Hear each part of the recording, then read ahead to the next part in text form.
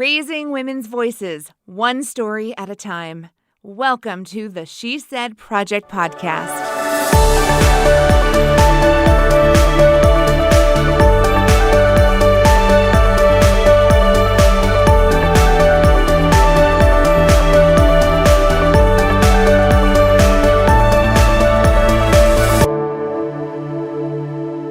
Welcome to the She Said Project podcast, where we come together to raise women's voices and share stories. I'm your host, Jeanette Jerzyk, National Director. With me, as always, my incredibly gorgeous co-host, Carrie Rosso, one of the founders. You're just saying that because you can tell I showered. You did. It's a miracle that you did. In fact, I think we had to schedule a Zoom call just so you had a reason, right? That's right. I mean, I showered, I put on makeup. I can see in my own reflection that I got a little carried away with the highlighter, but whatever. You know, normally we would joke that, podcast, radio, I've got a good face for radio. This is why. We decided to go Zoom land. We decided to record our podcast on the Zoom this time around because, 2020 has got us like, you know what I'm saying? Everything went upside down. We had to cancel shows. We had to go virtual and we got, pushed out of the studio to record our podcast. So, that's not going to stop us. We're going to find a way. Yes. And that is so fitting for today's guest because that is like, nothing gonna stop her. She is on a path. Watch Agreed. out. Vera is a trailblazer in the She Said family because she appeared in the very first live production in a new community. As many of our listeners know, That's What She Said was born in Champaign, Illinois. 2013 is when it all began. But in 2019, we did something really cool and branched out into a new community and had a live show on stage in Bloomington Normal, Illinois. And Vera Traver took a chance and appeared in that very first live show. And she's here with us in the Zoom studio. Hello, my dear Vera. Hello. How have you been surviving 2020? It has been very, very challenging. But like Carrie said, I have managed to been able to put one foot in front of the other and just repeat. And you certainly showed off your perseverance in your story of your life, really, that you shared on stage with us. You and I spent a lot of time together developing your story and getting it ready for the stage. Would you share with our audience a little bit about what you chose to share that night and why it was so important to you? Well, first of all, just preparing the story was so empowering and so life-changing and so I cannot even find the words of like how that changed my life and how special that meant to me. Those moments I already love, like women and women empowerment, but it strengthened that love. So it's just like my connections with women just deepened.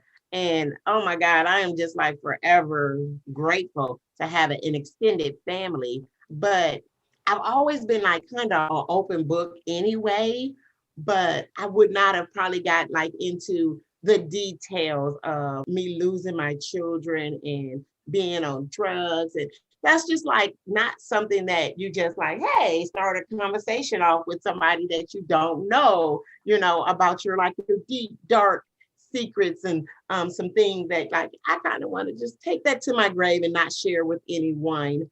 But being able to share that in front of a packed house, I reached a level of freedom that I didn't know exist. So I was very, very grateful for the experience. That stuff don't own me no more. So it just really separated, from who I am today. And I think even at that time of sharing it, I was still carrying some of that with me, because it's just like, oh God, not one kid, not two, but you lost all 6 of your kids, and so I was still wearing a little bit of that. And so it was just sharing my story was like, that's the final straw, look, it is broken. You are free. It just took some chains off that I didn't really realize still exist. So like I can go on and on and on about what that meant to me. I have so much to say about what you just shared and want to go through it with you, but let's bring our audience in on the discussion by sharing the performance from your show so they can really enjoy this journey with us. Vera really did go deep and go intimate and get incredibly vulnerable with the packed house at the Council Theater in Bloomington that night. And we would be doing you a disservice if we didn't just stop right now and play it for you. So let's all take a moment to enjoy this clip from the 2019 production of That's What She Said in Bloomington Normal, Illinois. Here is Vera Traver with her story, Make a Wish. There was a time in my life when years went by in a dark blur. There was no sunlight, no season, no meaning.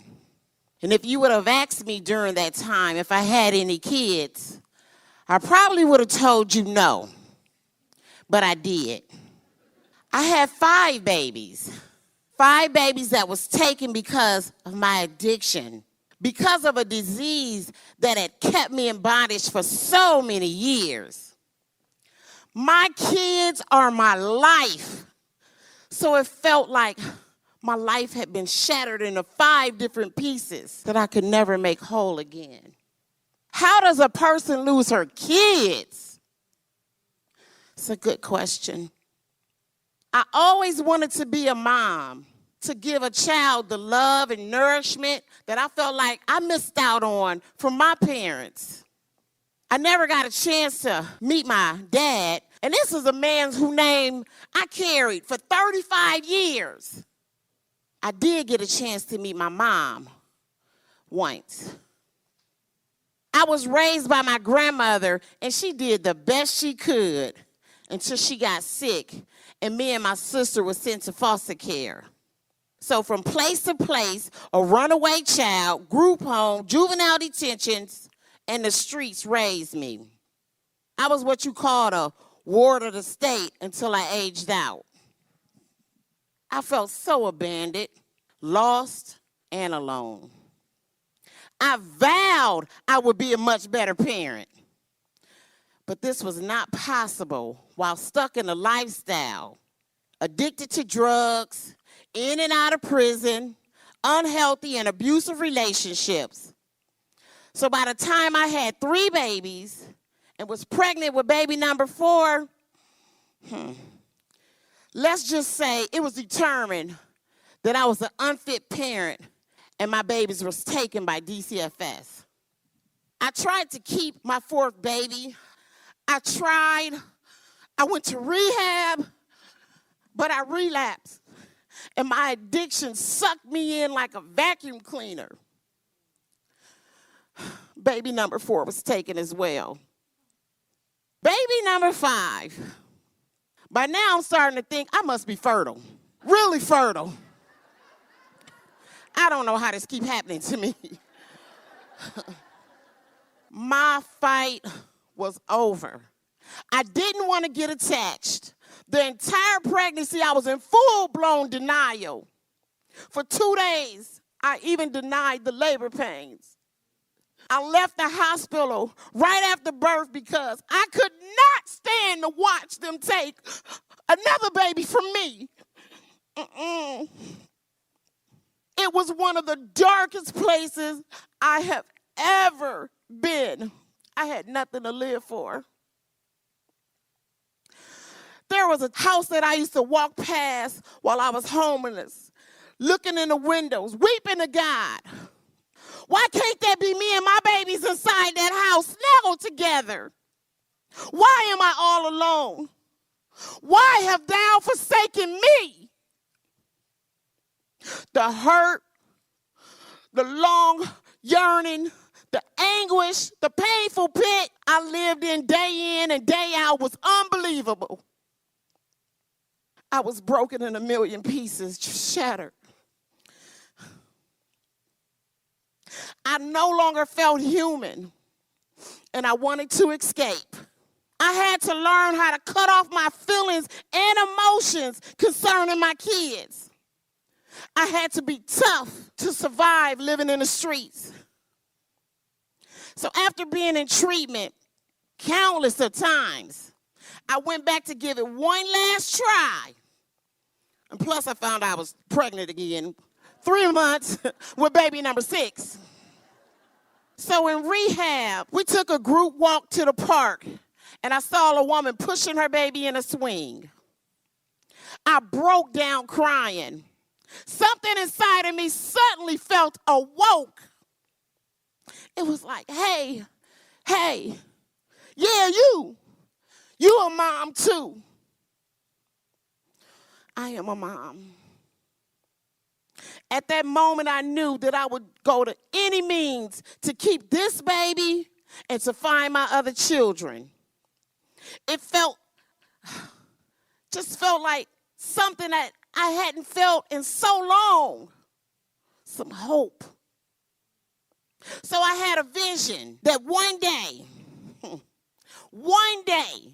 me and all 6 of my kids would be together in the same room.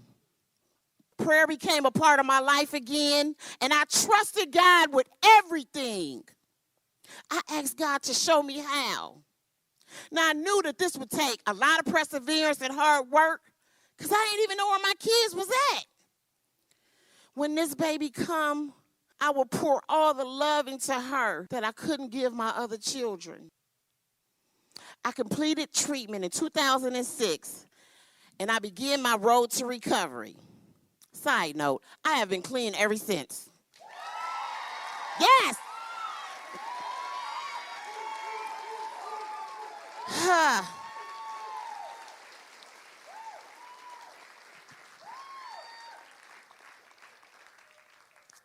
So life began to look brighter.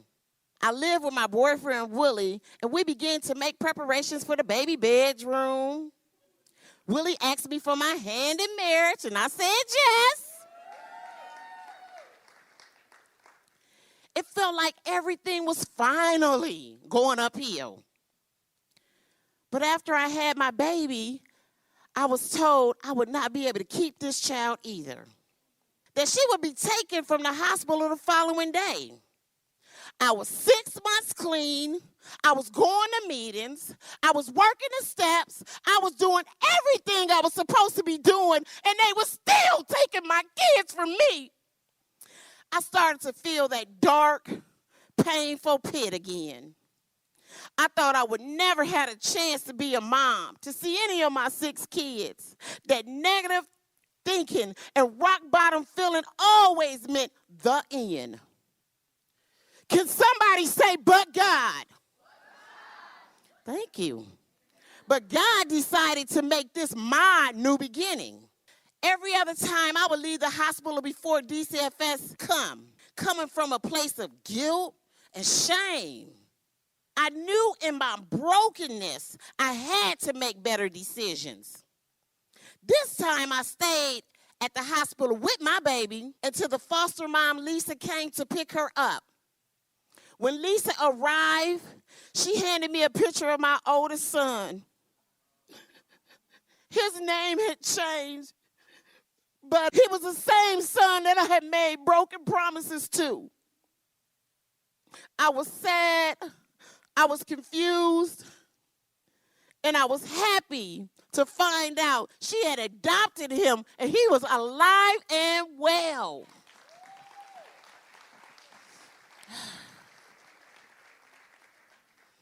I did not know how all of this would work out, but this gave me hope that maybe I could find my other 4 kids. I became highly motivated and surrounded myself in positivity. During the process of getting my new baby home, I would visit once a week, and sometimes my oldest son could join us. I began to get to know him, and we enjoyed our similarities. In 4 months, the courts found me fit. In 6 months, my baby was home. In 8 months, that case was closed. Yes.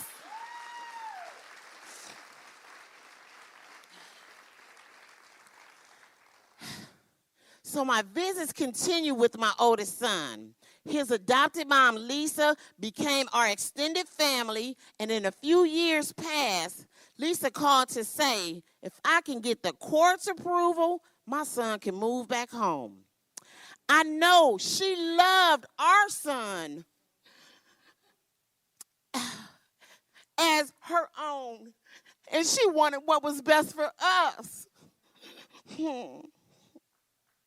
I showed up to the courthouse every single day until I learned how to file for a court motion.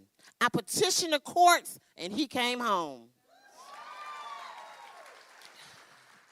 So, by this time, I had learned that my other daughters and son was living in a small town nearby.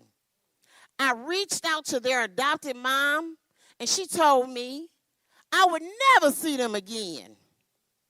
She often reminded me of the damage I had caused and even the damage that was out of my control. Now, this was hard for me to accept, but my sponsor and my support system told me this would happen only in God's time.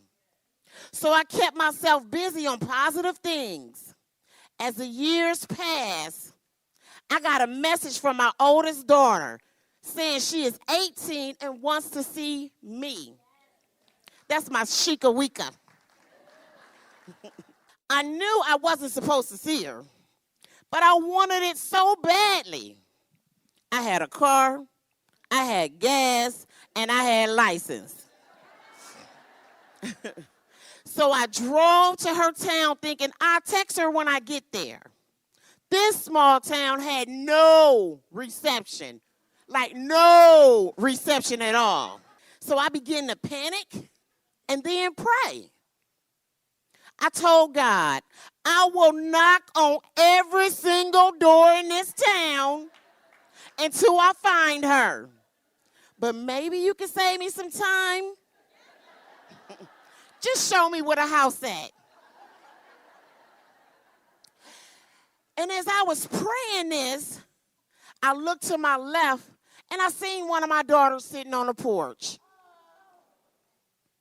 I stopped my car in the middle of the street and I went and I hugged her and I told her she was beautiful.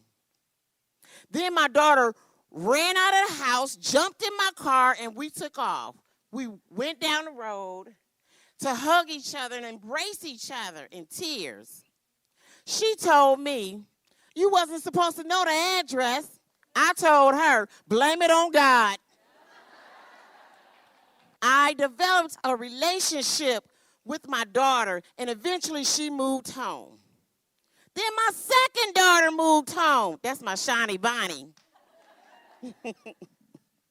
And by now, I had snuck and seen all 6 of my kids, but not all together. So my dream is to see them all together. On June 26, 2019, my son, Dejan, turned 18. And for his birthday, all 6 of my kids, my grandson, and my husband was all in the same room.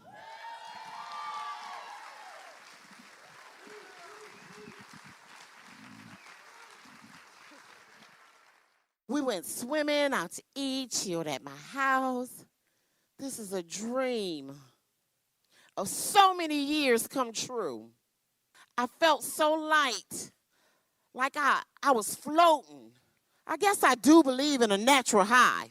I believe this day has helped me heal from a dark place I once lived. Whew, the sunlight feels good. And the missing pieces to my puzzle has been very well put back together again.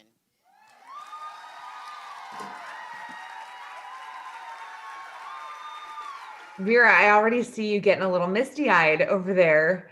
Every time, right? Every time I listen to your story, I am right back there with you, feeling those feelings and connecting with you. Your story is so powerful and it's so raw. You went through so much. What I remember about that year with you is that when you and I first met, your wish to be all together with your 6 children had not yet come true when we first met and talked about doing the show. And that actually happened in the months leading up to the show and became part of your story. Mhm. And that just made it so much more magical that you actually got to have that incredible happy ending. How are you doing today? I can see this coming over you, but how are you dealing with life and your family today? Well, also, I think because of that night, my family has developed tradition. So now Sundays is family dinner at mom's house, and everybody comes over. We've had a few Sundays where the kids that live out of town makes it sometimes, and sometimes they don't. But it is a tradition, rather, who all don't show up, who all do show up. It is a Sunday dinner cooked at my house every Sunday. I always wanted to be the big mama at Big Mama's house, so I get to do that now. And I'm a very busy person without this, and That's What She Said show. I don't know if I would have taken that responsibility and taken that tradition to do. And COVID has definitely helped support that too, like how important family is in that time, in that bonding. And I have a couple of kids that just love to snuggle. And I'm like, okay, scoot over. You're really adult now, but but hey, it is never too late to go back and still get some of those moments that I miss with the snuggling, and they just love it and I just love it, and we're doing good. We're doing good. Well, one of the things someone said in another episode was it was time to change her channel. She realized she didn't like what was happening, and so she changed the channel on her life. And that's kind of what you've done. Yeah, exactly. I love that all those things are so beautiful, but if we could just take a second and talk about, dang, did you look good on that stage? Hello, yellow. Gorgeous. Can we just talk about that look for a second? And powerful. So we went through rehearsals for the show, obviously. And the night of the show, this woman showed up telling her story that we had never met before. And the other women in the show and I were talking, we're like, who is that? Who is that person in yellow? Vera showed up like she had never shown up before, with her voice and her presence and her power. Something about putting you in front of an audience and giving you a microphone turned something on inside you. It was so incredible to see just how you showed up that night and what that experience did for you personally. Thank you very much. Your cast, your group, I say this about every single group, but it's so true. You all form this sort of sisterhood and bond. And then when the speaker is speaking, one of my favorite things to do is watch the women behind, because it impacts the audience in one way because they're hearing it for the first time. But the sisters behind you have seen this whole journey of you getting ready for that night, and watching them watch you and support you and just go crazy for you was a total highlight of that night. Well, I just loved everything about it, like everybody else's story. It was so delicious to me. It was just so delicious. I was just like eating at my plate, like, yes, you are up there killing it. So it just empowers me to be a supporter of others. That is like my thing. I love to do, because I've been in some dark places where I felt like I had no support. So today I just feel like it's my responsibility to be a supporter of others.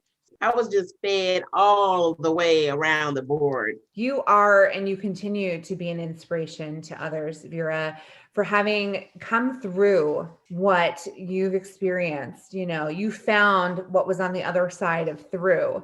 You found the love and the family and the sisterhood that so many people long for. And I think you hit the nail on the head, because as women, as people, this experience is exactly what we crave. We crave that opportunity to feel that unconditional love and support, to feel that human connection and to feel those raw human emotions together. I'm such a Brene Brown junkie, but like, this is the ultimate experience of vulnerability.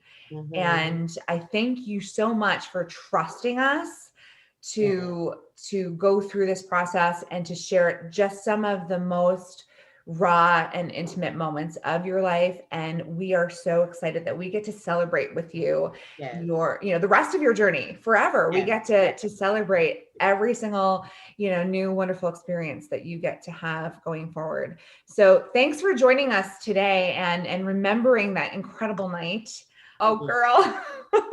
Gets you every time. It does. We love that. I mean, we love to find those moments with women. Absolutely. And that's why we do what we do.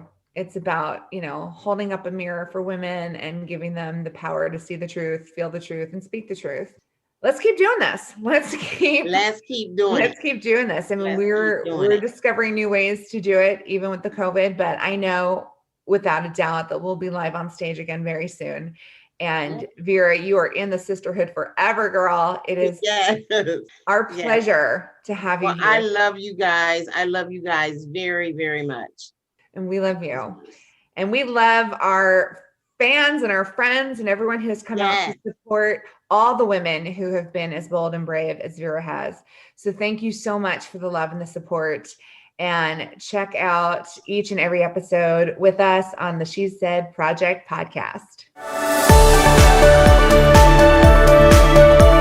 Thank you for listening to the She Said Project podcast in partnership with Illinois Public Media. All materials contained in the podcast are the exclusive property of the She Said Project and That's What She Said LLC. For more information on our live shows, go to shesaidproject.com. This podcast was made possible with support from Carl and Health Alliance and presented by Sterling Wealth Management, empowering women to live their best lives.